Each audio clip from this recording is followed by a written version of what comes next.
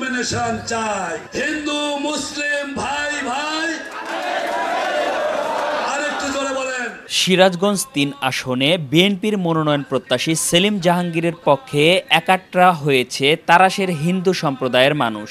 রোববার সন্ধ্যায় সিরাজগঞ্জের তাড়াশ রাধা গোবিন্দ মন্দির প্রাঙ্গণে শারদীয় দুর্গাপূজা উত্তর পুনর্মিলনী অনুষ্ঠানে বক্তারা সেলিম জাহাঙ্গীরকে পূর্ণ সমর্থন দেন। সনাতন সংস্থা হিন্দু বৌদ্ধ খ্রিস্টান ঐক্য পরিষদ ও পৌর পূজা উদযাপন পরিষদ এই পুনর্মিলনীর আয়োজন করে। এ সময় হিন্দু সম্প্রদায়ের নেতৃবৃন্দ এবার জাতীয়তাবাদী দল থেকে তাড়াশের প্রার্থী সেলিম জাহাঙ্গীরকে মনোনয়ন দেওয়ার দাবি জানান। তাড়াশ রায়গঞ্জ সলঙ্গার এমপি মনোনয়ন প্রার্থী যাতে সেলিম ভাই পায়, যেহেতু উনি তাড়াশ রায়গঞ্জের মানুষের নিয়ে ভাবেন। সেলিম ভাই আমার গণ মানুষের নেতা, তাই আমি সৃষ্টিকর্তার কাছে প্রার্থনা জানাই যে উনি জানে আমাদের এই তাড়াশ রায়গঞ্জ সিরাজগঞ্জের ৩ আসনের মধ্যে উনি জানে আমরা এমপি হিসেবে দেখতে চাই। আমাদের একনিষ্ঠ নেতা আমরা সেলিম সাহেবকে আমরা এমপি হিসাবে দেখতে চাই।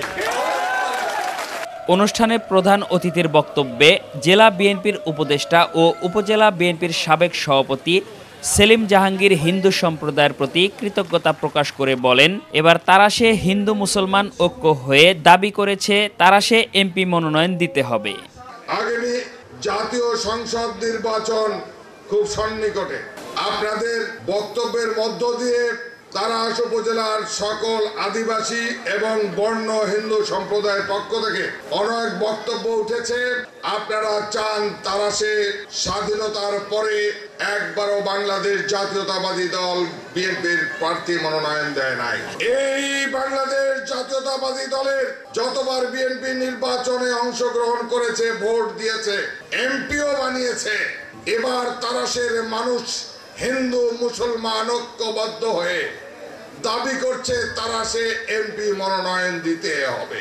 আপনাদের মনোনীত প্রার্থী এমন প্রার্থী নয়, হাইব্রিড নয়, হঠাৎ করে ব্যবসা বাণিজ্য করে শেষ মেশেছে ভোটে দাঁড়ানো, এটা তা নয়। আমার বাবা এই ইউনিয়নের চেয়ারম্যান ছিল, আমার ছোট ভাই এই ইউনিয়নের চেয়ারম্যান ছিল। আমি এই উপজেলা পরিষদের নির্বাচনে ১৬৫০ ভোটে উইন করেছিলাম। রেজাল্ট পরিবর্তন করে আরেকজনকে উপজেলা চেয়ারম্যান বানিয়েছিল।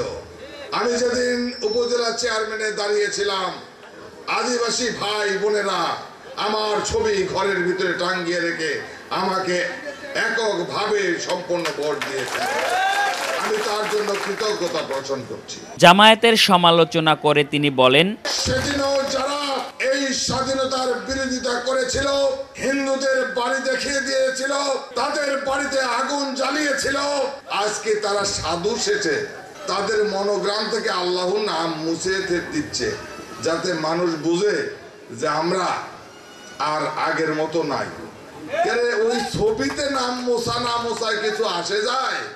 চরিত্র যদি না বদলায়, দলের নাম বাংলাদেশ জামাতে ইসলাম, তাহলে ইসলামের দল, আবার তারা হিন্দু শাখা করতেছে। আমি একটা কথা বলতে চাই, তাহলে তোমরা একবার মুসলমানের কাছে বলো যে বেহেশতের টিকিট নিতে হইলে আমাদের জামাতে ইসলামে আসা লাগবে, আবার হিন্দুদের কাছে যা কি বলবে যে স্বর্গের টিকিটও আমরা দেব। এইসব ভণ্ডামি বাদ দিয়ে রাজনীতি যদি করতে চাও, রাজনীতির মঞ্চে আসো, ম্যানিফেস্টো তুলে ধরো। যদি মানুষকে বুঝাইয়া ভোট নিতে পারো ভালো। তুমি একবার মসজিদে গিয়া ইমামতি করতে চাও, মসজিদ দখল করতে চাও, মসজিদ রাজনৈতিক অফিস করতে চাও, আজকে এখানে বলে দিলাম আর কোন তাড়াশ থানার মসজিদে রাজনৈতিক কর্মকাণ্ড চলতে পারে না, চলতে দেওয়া হবে না। শারদীয় দুর্গোৎসবের পাশাপাশি এই ধরনের পুনর্মিলনী অনুষ্ঠানের মাধ্যমে সাম্প্রদায়িক সম্প্রীতি আরও দৃঢ় হবে বলে আশা প্রকাশ করেন সনাতন ধর্মাবলম্বীরা। সেই সাথে সিরাজগঞ্জ ৩ আসনে অসাম্প্রদায়িক চেতনার বিশ্বাসী খন্দকার সেলিম জাহাঙ্গীরকে বিএনপির মনোনয়ন দেওয়ার জোর দাবি জানান তারা। নিউজ ডেস্ক, জনতার কণ্ঠ।